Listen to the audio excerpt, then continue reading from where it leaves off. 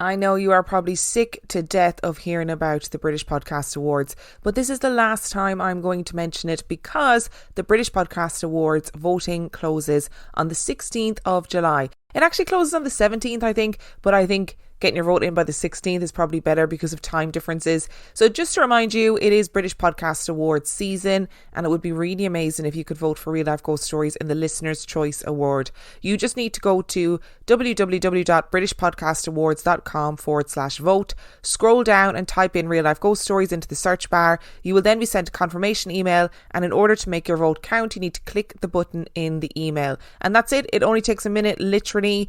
I am under absolutely no illusions that Real Life Ghost Stories will win, but if I get shortlisted, it will be great advertising for the podcast. Also, you can only vote for Real Life Ghost Stories once, but you can vote for as many podcasts as you like. So if you have a podcast that you love, please be sure that you sling them a vote too, especially if they're an indie podcast, because we don't have all of the behind the scenes team to do all that stuff for us. The link to vote will be in the description of this episode. The 16th of July is your last opportunity to vote. You just need to go to britishpodcastawards.com/vote, and I will love you forever. Thank you so much. Bye.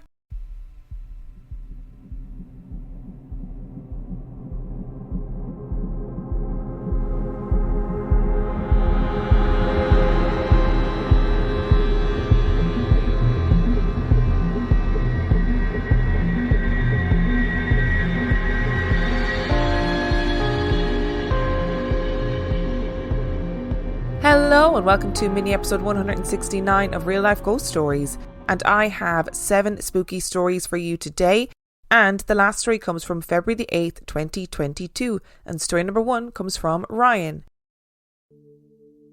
My experience wasn't a scary one. If anything, it was more comforting, and even to this day I still find it fascinating. I lost my granddad on my mum's side to cancer of the esophagus, which caused him pain in his chest, and he found it difficult to swallow food, and he had to live on meal supplement drinks in his last days. My granddad was a lovely man with a kind heart, and he always greeted my brother and myself with a huge smile and a hug when we used to visit him and my nan after school when we were young, sitting either at the kitchen table or in the upstairs living room in front of the TV. Before I continue, I should tell you a couple of things that are of significance to the story. The first thing was that my granddad hated the 90s comedy sitcom The Vicar of Dibley, starring the actress Dawn French, who he wasn't a fan of, and he'd often moan about her, which I did find amusing. Sorry Dawn, no offence. Secondly, I just want to give you a quick description of my nan and granddad's living room. It was on the second floor of their 3-storey council house, and it was full of my nan's Titanic displays and her collection of Beanie Babies, as well as their TV and gas fire. We sadly lost my granddad in the summer of 2011, and it was the first death of a close family member, and it was the most heartbreaking thing I'd gone through as I was only 16 at the time. Of course, being a believer in the paranormal, I really hoped to see my granddad around his and my nan's house, but as expected, I never did. 6 years later, in 2017, my nan, bless her heart, had dementia and had to be looked after in a retirement home, which meant that their house was returned to the council. This one particular night, I must have been in a really heavy, deep sleep, but I had the most realistic dream I've ever had, and even to this day I can remember every single detail of that dream. In this dream, I was on the 3rd floor of my nan and granddad's house. I remember walking down the stairs and turning right into the living room. As I entered the living room, I saw my granddad sitting on the sofa in front of the TV. I remember turning around to look at the door that I just entered to look into the hallway behind me, and it was completely black. And when I say black, I mean oblivion, enclosing me and my granddad in his living room. I remember distinctly looking around the room, and it was exactly how I remembered it. I saw all of my nan's Titanic displays and her collection of Beanie Babies, as well as the gas fire and the TV.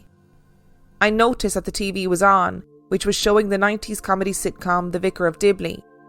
The next thing I remember, I was sitting next to my granddad on the sofa, and he was moaning about Dawn French, the leading actress in the sitcom, and I remember saying to him as clear as day, "I remember how you used to moan about her." Now, I'm pretty sure in regular dreams I've always thought about things in present tense, but this was in past tense, which I also found fascinating and a bit freaky at the time. I then remember going to give my granddad a hug, and I could smell his Old Spice aftershave, his favourite scent. And as I went to put my arm around him, he stopped me, holding his chest. And I turned to him and asked, "Have you still got that pain?" To which he nodded in response. As I mentioned earlier, my granddad had cancer of the esophagus, which caused him a lot of pain in his chest. As soon as that happened, I woke up in a daze trying to make sense of the whole thing, and later that day I told my mum about the dream.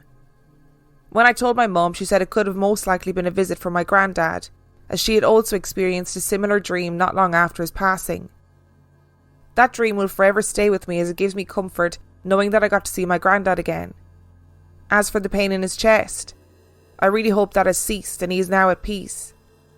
My nan has also left us, but I have yet to have a visit from her, and I'm hoping I will as I miss her dearly. I just take comfort in knowing that they're now reunited. It's not often I tell this story, but when I do I get a rush of emotions, happy and sad, but I love telling it, as it's the only experience I've ever had with the spirit world. I read, and I don't know whether it's just like an Irish folklore or superstition thing, that when you have dreams of people who have passed, if in the dream you are aware that they are dead, then that means it's a visitation dream and not just a normal dream. And listen, if you don't believe that, that's fine. If you take comfort from it, that's also fine. I love these stories about loved ones who are coming back to say that, hey, I'm okay. And there was something that really stood out to me about this story, and that was the very granddad thing of irrationally hating something seemingly innocuous. Like your granddad hating the Vicar of Dibley, like because of Dawn French. And I don't think Dawn French is listening, but Dawn, if you are, we are obviously very sorry. No offence meant to you. So I actually never met either of my grandfathers, but my dad has this really irrational hatred of croutons. That might go some way to explaining why I am the way I am, but there you go. I would love to hear about your granddads, grandparents, parents, whoever it is in your life. People's weird, irrational hatreds. I want to hear about it. And story number 2 comes from Nikki. I wrote in a couple of years ago with stories about baking cookies with my grandma. In April of 2020, my grandma developed a blood clot in her spinal cord that caused her to become paralysed. She was moved into an extended care facility, and my husband, 2 sons and I moved into her home. We noticed things happening almost immediately. The glass my grandpa used to use for his whiskies was almost always sitting on top of the bar in the living room when we woke up. I would wash it up and put it back in the cupboard every time. My husband's work badge would be moved from the dining room table to the coat rack by the door. My grandpa's old flashlight that was stored in a closet would be on the coffee table every once in a while. Nobody ever claimed any of these events, and they happened all the time. I mentioned them to my grandma, and she just said, "Oh yeah, that happens a lot." One night, my 4-year-old started yelling. At first I thought the boys were fighting and just listened to see if they would resolve it on their own. Soon he was yelling as loud as he could, "I said leave me alone!" I went into their room expecting to break up an epic sibling fight, to find my 7-year-old sound asleep and my 4-year-old glaring at the foot of their bed. I asked him why he was yelling, and he said, "Because that guy won't leave me alone." I told him that his brother was sleeping, and he said, "No, that guy," while pointing to the end of the bed. You know, where there was absolutely nobody. "Well, what do you mean he won't let you sleep? He sits there and looks at me every night and he won't go away." At this point I was having a hard time not laughing because it was clear that he was just genuinely very annoyed and not even a little bit afraid of this guy. I turned to the end of the bed and said, "Could you please leave and let the boys sleep? Thanks," and hightailed it back to my own bed. I never heard about that guy again. In September of 2020, I received a call that my grandmother had developed severe pneumonia and had decided to enforce her DNR. We were asked to come up to the facility she was staying at, as they were not expecting her to live much longer. Due to COVID, we could not be in the building, but they had her set up in a room with a window that looked out onto an outdoor seating area. She was the best kind of stubborn old lady, and in stubborn old lady fashion, was argumentative till the very end. One of us would call her room and leave it on speaker all day so that we could all chat. I spent 8 hours of the first day trying to convince her that it was okay to take pain medication to be more comfortable. After 3 days of dragging my 8 months pregnant self and my kids to the facility that was an hour away, and spending 8 hours in the sun, I was exhausted. I woke up on the 4th day and decided I would just stay at home. At around 10 a.m, I had the overwhelming urge to bake something. Baking was the thing I did with my grandmother, and she taught me everything I know about baking and cooking. I had just put the first pan of sugar cookies in the oven when the phone rang with a call from my dad. I answered, sighing. So she finally decided to be comfortable, eh? She had passed at 10 a.m. I chalked that one up to intuition, and it was strangely comforting baking her sugar cookies when I received that call. She was very particular about maintenance around her house, and when it needed to happen. I had managed these appointments for her for years and knew her preferred schedule. One of these tasks was the maintenance on the furnace every October. That year I was a little preoccupied in October, what with having a baby and all. She kept a bulletin board on the wall in the living room with business cards and phone numbers attached to it. One morning in November, I woke up to find this bulletin board on the ground 10 feet away from the wall that it has sat on for my entire life. When I picked it up, only one business card was left attached to it. The business card for the furnace place. I said, "Alright, I get it, I'll call Chuck today." This last story is just a little bit of drop kick it down the stairs humour. My grandma was cremated, and her remains were brought back to the house where we kept them on the side table along with her portrait. Chuck was there for the furnace maintenance and was talking with my 4-year-old son when he said, "I'm really sorry to hear that your Nana isn't here anymore." To which my 4-year-old son replied, "But she is here. All the time? Can't you see her? She can see you."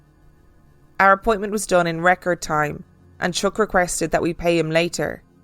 We've since purchased our own home and have had no new encounters. My oldest misses telling his friends and cousins that his house was haunted, and I will miss scaring the bejesus out of them when they would sneak out of bed to find the ghosts. I love older women who are really stubborn. I particularly love it when they're just like, yeah, haunted shit happens in the house. It's fine. It just happens all the time, whatever. I'm much less into the kid seeing the guy at the bottom of his bed. That's a no from me, dog. But at least whatever it was, I listened to you and you were like, please leave my children alone. There you go, done and dusted. And we also love a helpful ghost, that reminds you to do the things that you need to do, like looking after the furnace. Very important jobs. I think I could do with that in my life at the moment. Although that is not an invitation for me to be haunted. Thank you very much if anyone is listening. But I do think it's very important to reference something that's pretty poignant and sad about this story, which is your description of what it was like for people to lose somebody during COVID. Not necessarily to COVID, although obviously in some cases it was to COVID, but having to sit outside the window during somebody's last days must have been horrendous. And I'm not going to labour the point, but I'm sure there are many people listening who experienced that during the initial and subsequent COVID lockdowns who can probably really empathise and sympathise with those feelings. And I am sorry to you and anybody who had to go through that.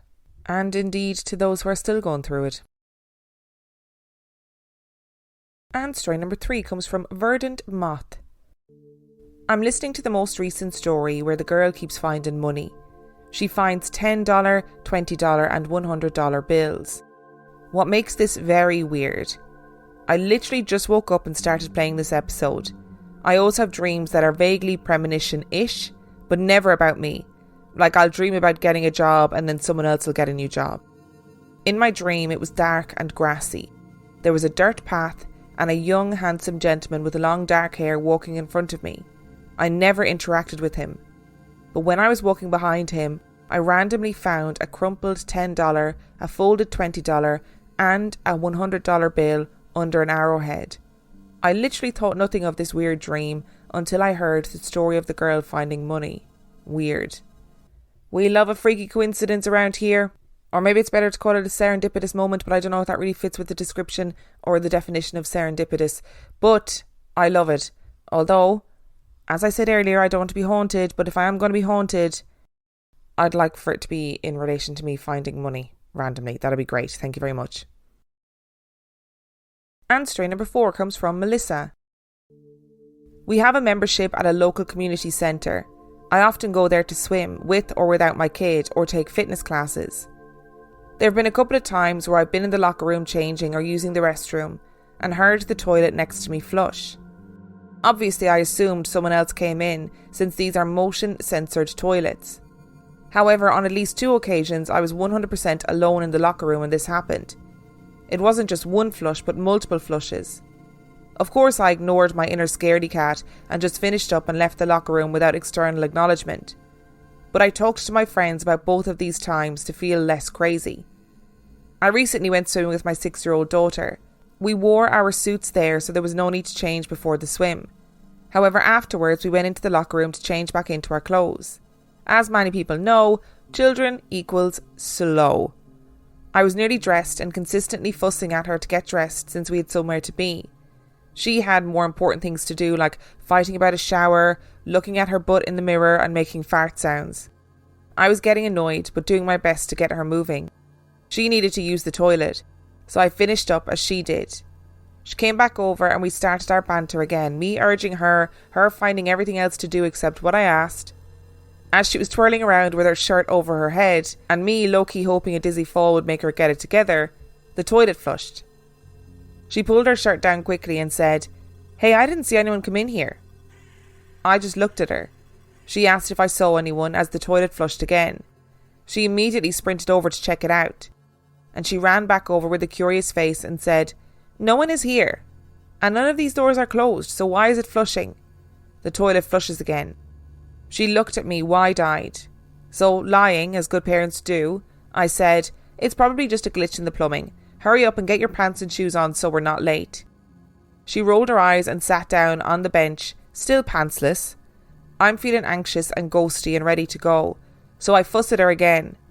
I noticed how the toilet hadn't flushed for a few minutes, and hoping we can finally get going. She's finally got her pants on. Only 30 more minutes and she will have her shoes, mask and coat on, I thought to myself. I looked at her fiddling around and said, with all the great parenting skills I've left, "If you don't come on, I'm going to leave you here with whoever keeps flushing that toilet." And not 1 second after I finished my sentence, the toilet flushed. She jumped and stared at me with her widest eyes. She jammed her feet into her shoes. I grabbed her coat and mask and we held hands and ran out of the locker room. Nervous laughing, but definitely going as fast as we could manage, finally. Now, I don't know who, what or why the toilet thing happened, but I don't know if there's a ghost in there who just likes messing with people or if it's some glitch, but there it is. Melissa, I love your kid. Fighting about the shower, looking at her butt in the mirror and making fart sounds. Me and that kid are kindred spirits. Twirling around with her shirt over her head while she's meant to be getting ready.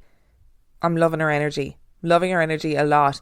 And maybe the ghost that is haunting the toilets of the swimming pool is actually the ghost of a parent who is destined to spend eternity waiting around in the changing room, like some sort of horrific version of purgatory where they're just waiting around for their child for all of eternity and their child never quite gets ready.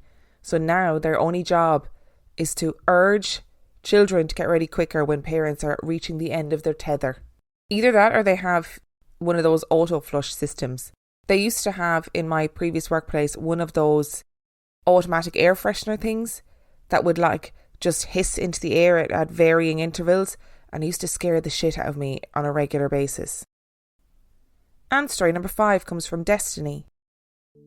I lost my father in a car accident in 2011.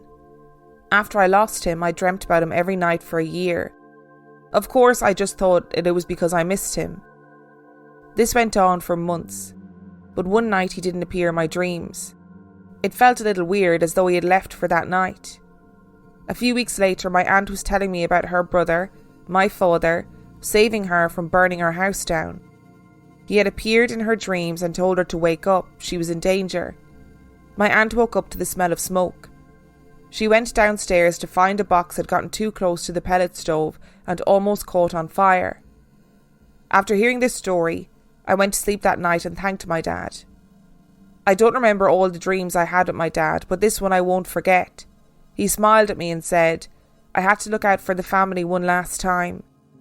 He then hugged me and said, I have to go, my year is up. Be strong, my squirrel. That was my nickname. After that, I stopped dreaming about my dad on a daily basis, but sometimes he would come to visit to check up on us. There was another occasion where my father made an appearance. This was probably 2 or 3 years after his passing. I'd gotten a new phone and was playing with the recording feature on it. I made some silly noises right away into the phone, but when I played it back there was a few moments of silence, then a voice saying goodbye. And even though it didn't sound like my dad, I still strongly believe it was my father. He still appears in dreams every so often, but not as much as he used to. Again, we love a visitation dream and the comfort that it brings people after somebody that they love has passed away. And it's amazing to hear stories of people who've passed away that are coming back to help people who are alive, to be able to say, look, you've got to wake up now because something is happening that is a danger to you. And I do know that I've got somebody in my family who that has happened to as well, where they were woken up from a dream by a loved one who had passed, who said, you need to wake up now because your child is in danger, and the child was in danger. And story number 6 comes from Amanda. In 2010, my then partner and I purchased an old house in the Australian countryside. I'd fallen in love with the house while visiting my father, who lived only a short distance away from it. I'd never seen it before, because I would normally go a different way. So after a long story, I purchased the house. It was 160 years old, which is extremely old for Australia, and was built from local granite. I found out about its very interesting history before I moved in. The house had me captivated the moment it said hello to me. Obviously, it didn't actually say hello, but that's how it made me feel. Being a city girl moving to the country was a massive culture shock. There were no street lights. At night, when you turned off the lights, you could not see your hand in front of you. It had 4 open fireplaces, and bats would fly down the chimney and scare the shit out of me at night. We only had moved in about a week, and it was Remembrance Day, the 11th of the 11th. The locals were holding a service, and then a barbecue at the local fire shed. The fire shed was only a few minutes away by car, and nearly every local was there. Everyone loves a free barbecue. Before we left, my partner and I were sitting on the front porch in our rocking chairs, and we were talking about how idyllic it felt. We went to the service, and on our way back I happened to say, I'm so glad nothing weird has happened in the house. The locals used to say it was haunted. And my partner jokingly said, that's because you're the lady of the house now. We both had a giggle and turned the car in through the gates that led up to the property. As soon as we pulled up to the front of the house, we both just stared and then looked at each other. Both our rocking chairs were turned around facing the house and pushed up against the wall. That to me was something telling me that no, you are not the lady of the house, I am. It was so strange. Who would do that and why? Not much more than a week after that, my youngest son was sitting on the floor in the lounge room, eating his breakfast and watching some cartoons. I was at the far end of the house when suddenly he came running into me shouting, Mum! Mum! He said, I was watching cartoons and a pair of brown pants walked past me. In my mind, I thought, okay, he's seen something from the waist down as he was sitting on the floor. I told him, aren't you lucky to be able to see that? Don't we live in a funny old house? That seemed to calm him down and he was happy enough and went back to the lounge to watch his cartoons. I bet that move from the city to the countryside is such a massive culture shock. And even more so when you move into a house that's haunted. I hate stories like this where there's the implication that whatever's haunting your house can hear you all the time, even when you're not in the house, even when you're away from the house. Like somehow whatever was haunting your house heard you in the car say, or your partner say, you're the lady of the house now. And the house was like, I don't fucking think so. Not on my watch. And what a good way to approach it with your kids, to just say, look, well, aren't you really lucky that you're able to see things like that? And then move on. And story number 7 comes from Alna. I grew up in the same house as my dad grew up in, a house built in the late 1800s, which was my family home from about 1960. While I was growing up, weird stuff always happened in the house, mostly bangs and creaks, but nothing you wouldn't put down to an old house. However, there was more. At first it seemed like a lot was revolving around me. When I was around 8, I was playing in my bedroom, in the middle bedroom, in between my parents' room and the bathroom. When I was called out by my mum saying, come out of the bathroom and stop messing around. I came out of my bedroom confused and said, I'm not in the bathroom. My mum got confused and hurried me into her room. She told me she'd seen a shadow going into the bathroom from my bedroom out of the corner of her eye and thought it was me. couple of years later, me and my sister had metal bunk beds. I was around 10, and even then was a bit of an insomniac. I was on the top bunk reading and happened to gaze off the bed down at the bedroom, and there he was. A little boy around 8 years old staring at me. Not a fleeting glance, but fully standing there, looking at the bunk beds. I was frozen. I slowly reached for my torch. The light was on the other side of the room beyond this creepy little bastard. I looked back and he was gone. Me, at the time, an interested skeptic, tried to sleep. And in the morning I spoke to my dad. I knew after the shadow event that my mum would have flipped a lid. His response blew my mind. Oh yeah, him. Turns out that my dad had seen the same boy when he was a child. My dad, being a very laid-back guy, told me not to worry about it or to tell my sister because she was a worrier. And if it was mean, he would know, because he had lived there his whole life. From 11, I had half an hour period home alone from 3:30 to 4, where I'd get home from school before anyone was home from work or upper school. It became a common occurrence for me to hear my metal bunk beds creaking as if someone was climbing into the top bunk. A noise I knew very well, considering I did it at least once a day. At this point, I wasn't worried about the noises, and would either shout up the stairs, "Pack it in," or "I'm calling a fucking priest." My mum was home one day on holiday, and sure enough the bed creaking happened again. I followed my usual pattern of shouting my jokes, to which my mum smacked me around the back of the head and said, "Don't provoke them." When I was 16, I was a waitress in a pub, supposedly my area's most haunted pub. One of the pub's ways to make money was ghost nights, in which they got a supernatural team in to do tours of the general paranormal hotspots. By this point, I was obsessed with stuff like this and insisted that me, my mum, my dad and my sister had to do it once. As I worked there, we got to do it for free, which was a bonus. And this was where shit really hit the fan. During this tour, we did Ouija boards and at one point held a seance in the function room. There was a trained medium in the room, and she asked the group during it, "Has anybody in this room lost a young boy?" Everyone looked around suspiciously, but no response. She then looked at my family, well, me, and stared. We all shook our heads, which is when she said the words, "He's with you." She went to explain that I had a little boy attached to me named Frank, which obviously freaked me the fuck out and my family.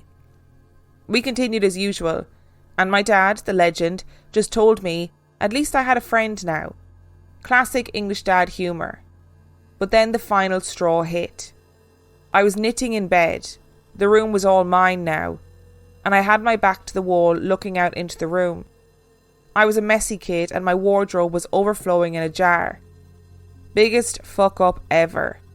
And I saw a fucking face, a beady-eyed girl's face looking at me. I jumped out of my skin at 9 at night and dismantled my wardrobe. My parents were not happy. I called my friend and asked if I could sleep over at hers. I didn't tell her why. She came to pick me up and sat on my garden wall waiting for me. When I came out at my night bag, I was met with a, "You think you're so funny, don't you?" I was confused, and she said she'd seen me standing in the front room looking at her, but when she looked up, I ran away.